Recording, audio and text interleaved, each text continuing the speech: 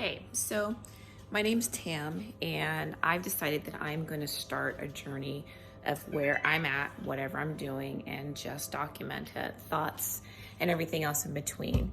If you followed me, I've posted a few things here on YouTube. I'm mainly on Instagram, but I'm trying to migrate over to YouTube in some way. In many ways, I should say. And whoops, I'm covering my phone. And one of the reasons why for this is because I want to be able to show everyone just what it's like for as a mom mindset and trying to be the best version of myself. And so I'm a stay-at-home mom right now, and I'm also, but just not your typical stay-at-home mom type of a mom, I guess.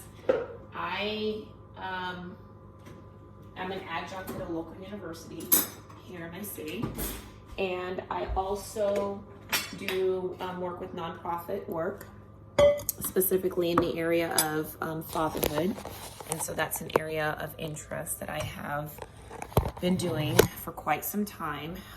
But also, I know this is probably the worst thing to do while people are trying to watch you.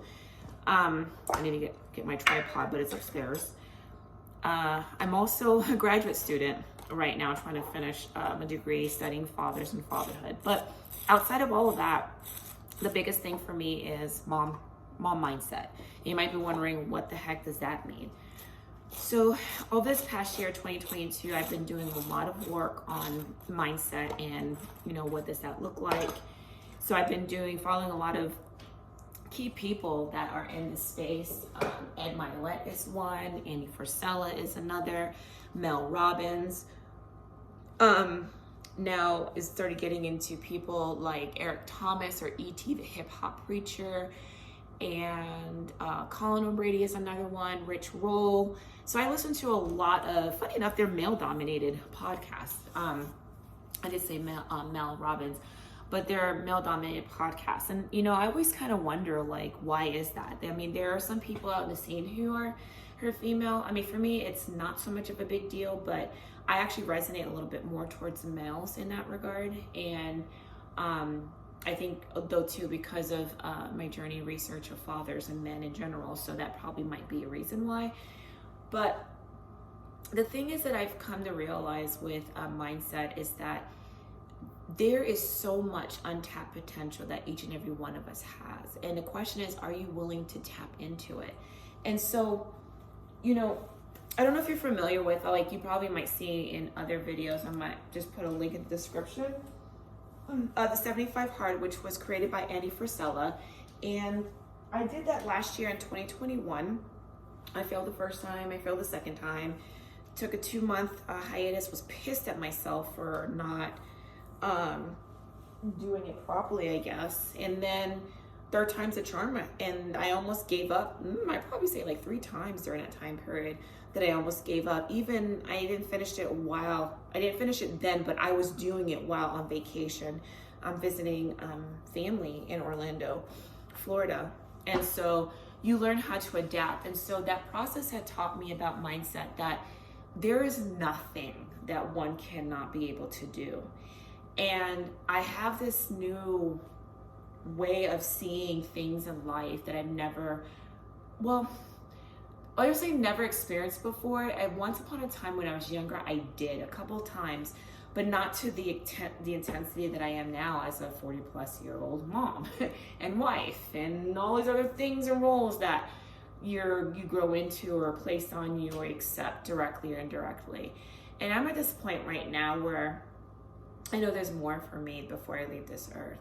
And I want to be able to impact many, many moms. And when I say many moms, the number that I have right now, 12 is my favorite number, so I'm adding a few zeros. I want to impact 12,000 moms. Yes, it's an obstacle and an audacious goal. And I've tried to rack my brain as the question is how. And for me, it's trying to align what makes sense for me that I'm able to connect with. But people that I do connect with, I'm always challenging them to do better than they were or are the day before. And that goes for myself. If I was not the best mom to my children, then I will make note of it. I will say sorry to my kids, and then the next day, do not do that again, but to be better, how I can be better in that moment, or if a situation arises.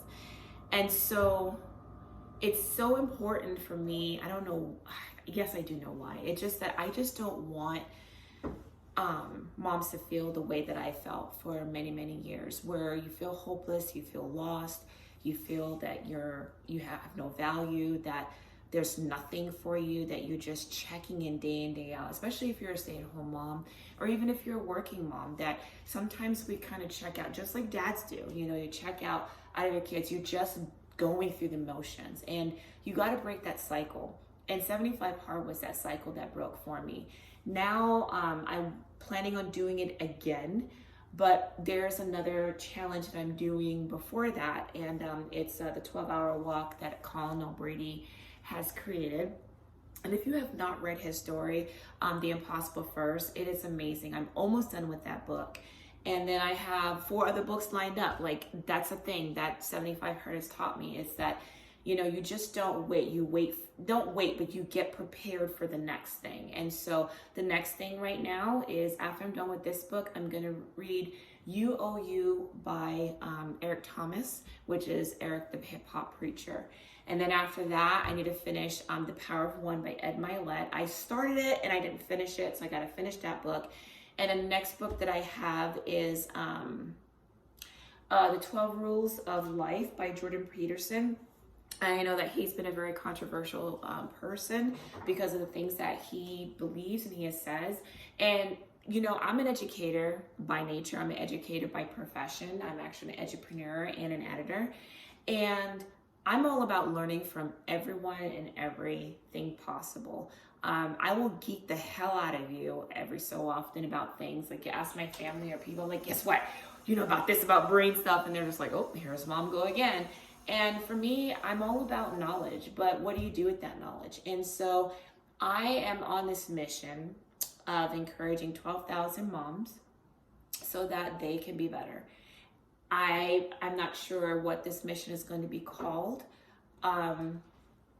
but what I do know is that there's more for me to do before I leave this earth. I'm not saying like I'm going to be gone tomorrow. I don't know, because you never know what tomorrow will bring. And as a faith-based person, you never know. But I want to live a life full of life.